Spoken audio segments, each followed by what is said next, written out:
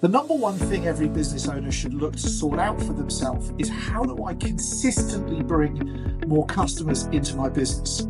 What do I do, and what biblically is there out there as a Christian to go and support this idea of bringing people into my business and serving them?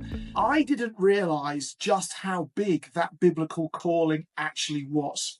And over the past few months, I keep stumbling into things which just say, biblically, get out there and share what you do more. Get out there and share what you do more. Now, we could refer to that as marketing, sales, advertising, PR.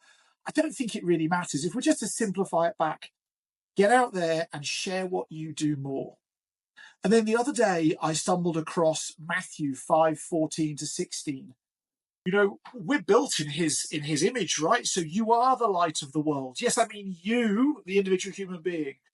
A city set on a hill cannot be hidden, nor do people light a lamp and put it under a basket, but they put it on a stand and it gives light to all in the house. I just wanted to stop for a second and think about us as human beings, Thabiso. What is it that we're doing to shine a light on the world that we've been given, the world of our business, and light it up so brightly that everybody around can see it and be invited to come and join it? So Thabiso, welcome. You've had a little vacation. How's that shined a light on the world for you? Or maybe what do you think you could do to shine a light on your world more for other people to see it?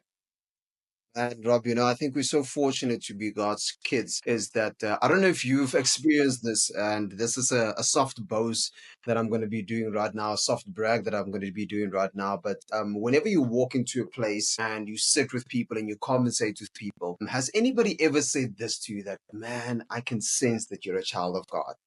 I've gotten that quite a lot, even just by me being on air on Jacaranda FM as a presenter. You'd get people, if they meet me for the very first time, they immediately come to me and tell me that, man, I can hear, you don't even have to say it. You don't even have to say that you're a child of God, but I can hear in how you speak and how you do things that you are a child of God. And I think it's a privilege. It's honestly a privilege for us in our workplace and in our business to shine God's light in every way, in our integrity, in our ways of doing business, and even in the people that we do business with. I think it is so important for us to just be shining God's light in that way, in every possible way. And I guess it is also taking responsibility sometimes.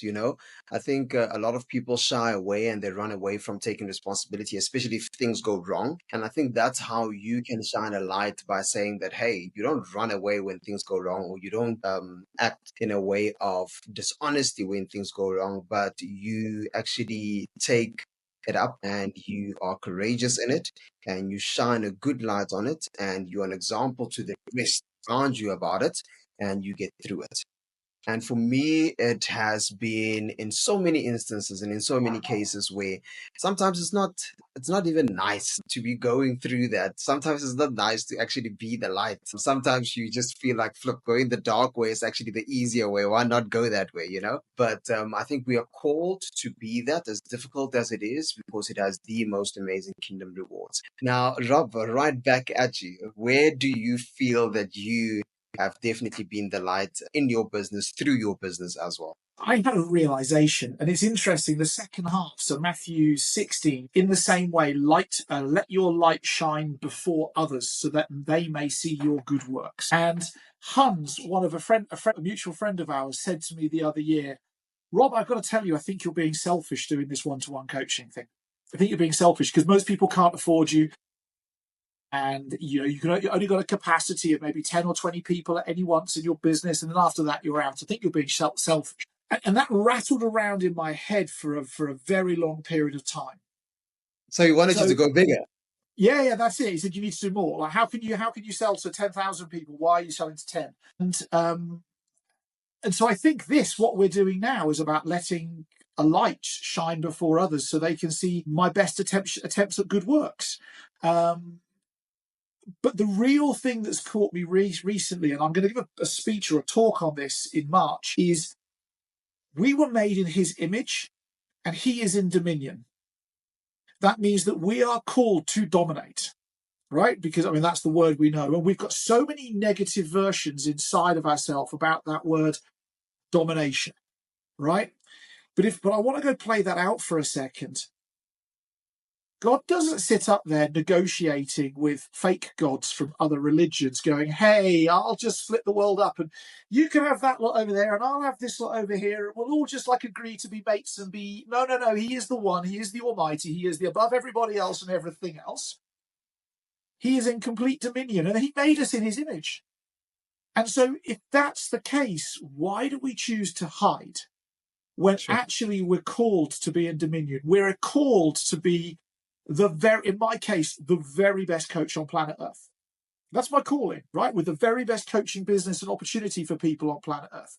You are called to be the best MC, the best DJ, the best radio presenter, the best dad, the best husband, the best everything. And if we're to be the best, then in Matthew it says, shine the light before others so that they can see your good works and give glory to your Father who is in heaven. And I wonder why we choose to ignore this. Because in no point in time does it say, hide away from the rest of the world and be humble, weak, and timid. It doesn't say that in there. It says, go out there and kick ass. Go out there and shine that light. And so I don't know where I'm going to. Just tell me, Tabs, where am I going to? Well, that's the thing now, right? Where do you think this thing comes from that we have to be humble and we can't really can I say, talk about our successes? Because it's very easy for us, and Grant Cardone actually said this. He says it's very easy for us to tell people that we're broke. But when we're doing exceptionally good and when we're rich, it's almost like you aren't being humble if you say that. And that thing sat at the back of my mind, and I'm like, this is so true. And it made me wonder, where does this come from? Right? Where have we maybe even misinterpreted the word by... The word was probably saying we mustn't be boastful, but I think there is a sense where we ought to say who we are, because I mean, even God, even Jesus said, "I am the great I am." Like, I think that should also set the standard for us. Yes, that we can say who we are. If we are doing very well and if we are wealthy, we can say that, hey, I'm wealthy and this is how I did it. Let me help you. And this is exactly what God says. He says, I am the great I am. And then he points out points where he wants to help you, where he wants to bless you, where he wants to bring all of these good things to you. So, yeah, I think this is also a 2025 season where I want to boast in what I do. I think we get lost in the context, right? I've just had the best financial year for a decade, and it's all thanks to him. And I think where people stop is that they go, I've had the best financial year ever. Stop, right? Because there's no glory to God in that. But when we follow that sentence on, and it's all thanks to him, suddenly it's from him. And I think that's where people get flesh-like, not faith-like, is look what I did. There is only one I, right? And it's not you or me, it's him. He's the only I. Right. And I think that we get lost with that and we worry about what other people will say. But ultimately, we're actually called to disciple. That's what we're called to do, every single one of us. And I think when we understand that we are the first Bible that a non-believer reads. They don't read the Bible, they read us. You wouldn't take advice from a broke person. If somebody said, oh yeah, look at my sort of humble, minuscule, poor life where I don't really do very much and it's not very exciting, but can I tell you about God or Jesus? You're like, yeah, if you're a non-believer in your head, you're like, no, I don't think so. I don't want to listen to that.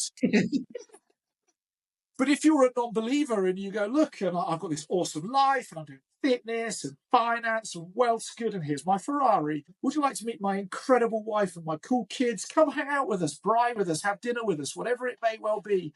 Can I tell you about how I achieve it? Because I don't really achieve it. I actually partner with God.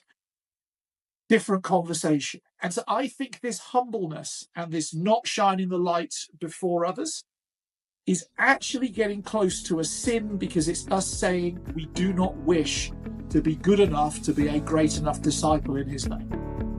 Amen.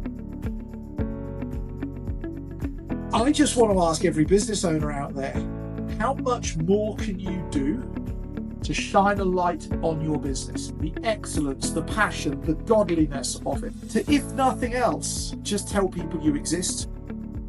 And maybe, just maybe off that, the reward will be of a magnitude far bigger than you can ever imagine.